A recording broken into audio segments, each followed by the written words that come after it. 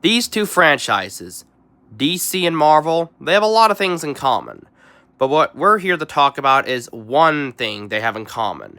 One of the many things, and that's how they use their storylines. Now, here's the thing. DC and Marvel have a lot of storylines. It's all with each of the specific heroes, those storylines, and crossover storylines, and the building up of the history of the heroes, those, character arcs and adventures and events that happen.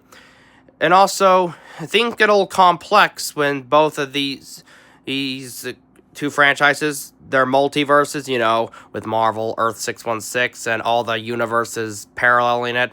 And with DC, Prime Earth and New Earth and everything else.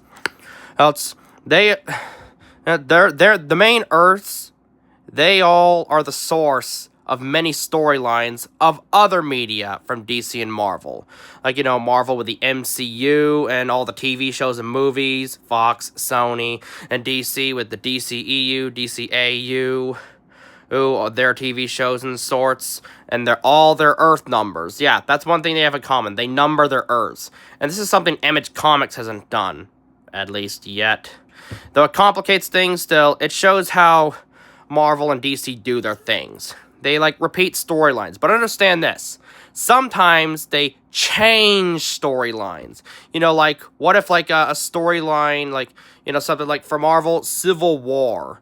Or DC, Crisis on Infinite Earths. Those stories weren't great, how they originally were described in the comics. But some of the movies and TV shows could have possibly done it better. Or another continuity of a comic did that storyline even better. And understand this, though sometimes for some Earth numbers and some DC and Marvel Earths, though it's different timelines, different events, sometimes two Earths can have, parallel histories. That's, certain story arcs happened and others did not. You get what I'm saying, people? And here's the thing. Many people can actually use those stories to actually make their own Marvel and DC fanfics, which I intend to do, though it could be very complicated.